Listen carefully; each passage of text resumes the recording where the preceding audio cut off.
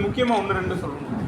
பட்டியல் வெளியேற்றம் அதுதான் முதல் கட்ட தீர்மானம். தான் பட்டியல் வெளியேற்றம் தான் சாதிய வாரிய கணக்கெடுப்பு எடுக்க சொல்லி அதன் அடிப்படையில் சொல்ல சொல்லியிருக்கோம். அதே மாதிரி தனி இடஒதுக்கீடு சம்மந்தமாக ஒரு தீர்மானம்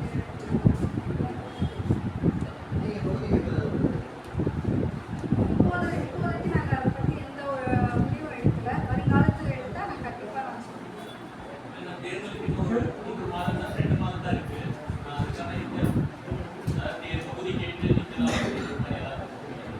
நான் சந்திச்சுட்டு நான் சொல்கிறேன், நாளைக்கு சந்திக்க போகிறேன். சந்திச்சதுக்கப்புறம் கண்டிப்பாக நான் செய்தியாளர் சந்திக்க போகிறேன். அன்றைக்கி அப்போ நான் என்ன சொல்லுவேன்.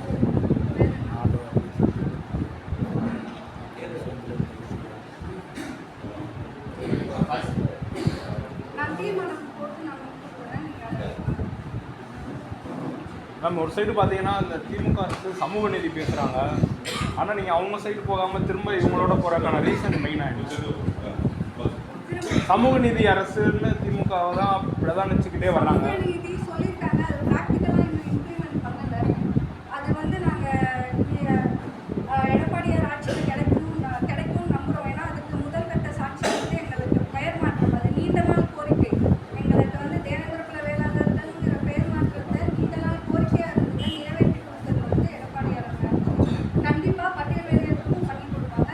சமூக நீதி பேசலாம், நான் ப்ராக்டிக்கலாக இம்ப்ளிமெண்ட் பண்ணணும்ல டே டு டே லைஃப். நீங்கள் தொகுதி ஏதாச்சும் ஐடியா வச்சுருக்கீங்களா? தொகுதி ஏன்னா நீங்கள் 70 தொகுதி